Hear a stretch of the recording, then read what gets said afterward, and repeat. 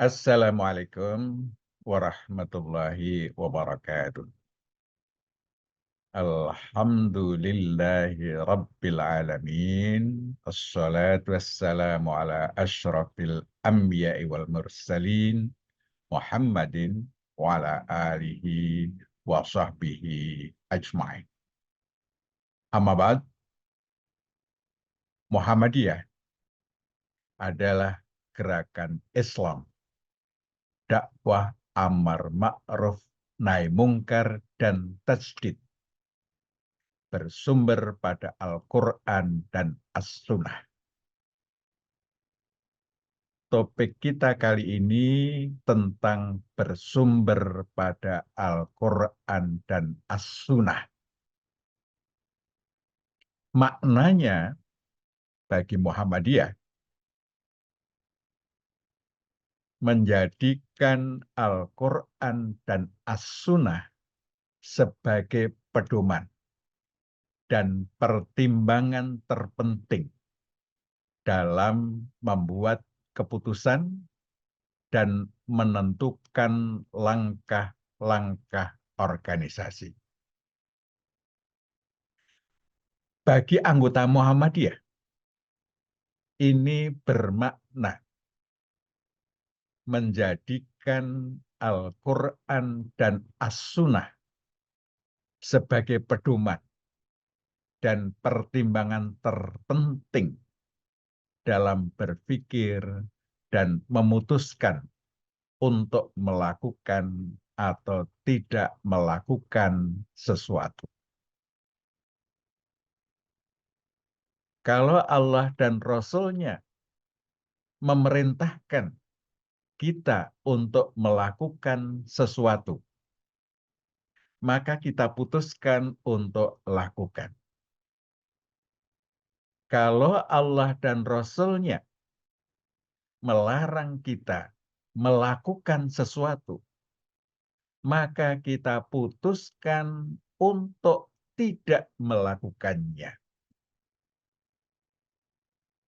Dan terhadap hal-hal yang tidak ditentukan larangan oleh Allah dan Rasul-Nya sebagaimana tersebut dalam Al-Quran, maka kita bisa beristihad untuk melakukannya. Karena di dalam segala sesuatu, di luar ibadah mahdhah, ketentuannya adalah semuanya boleh kecuali yang dilarang.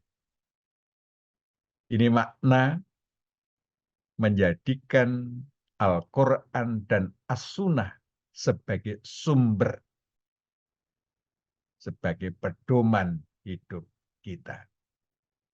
Oleh karena itu, anggota dan pimpinan Muhammadiyah semestinya berpikiran Qur'ani, punya mindset yang Qur'ani.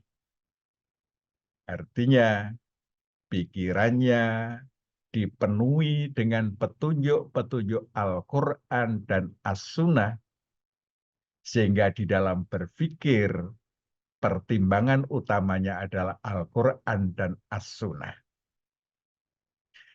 Pikiran-pikiran kita akan melahirkan keputusan-keputusan. Dalam satu hari, lebih dari 60.000 pikiran yang berada di dalam otak kita. Dan ratusan keputusan kita ambil setiap hari untuk melakukan atau tidak melakukan sesuatu. Oleh karena itu, kita perlu mengarahkan pikiran kita agar sesuai dengan Al-Quran dan As-Sunnah. Caranya bagaimana? Kita mesti akrab dengan Al-Quran. Dekat dengan Al-Quran, ya. Al-Quran menjadi sahabat kita yang dia menyatu dengan pikiran kita. Untuk bisa akrab dengan Al-Quran, maka kita perlu mengerti bahasa Arab Al-Quran. Karena Al-Quran diturunkan dalam bahasa Arab. Mungkin ada yang berkata, kan ada terjemah. Ya. Terjemahan ya, itu bisa menjadi alat bantu bagi yang belum mengerti bahasa Arab Al-Quran. Ya. Tetapi terjemahan itu sudah dipengaruhi oleh opini penerjemah. Sehingga yang otentik itu adalah yang Quran dalam bahasa aslinya, bahasa Arab. Maka seharusnya kita berusaha, berjuang, supaya bisa memahami, mengerti bahasa Arab Al-Quran. Selanjutnya, kita perlu membacanya berulang-ulang setiap hari.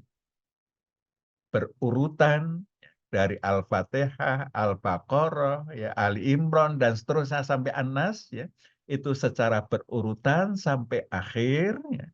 Karena dengan membaca berurutan ini, kita akan memahami Al-Quran lebih komprehensif.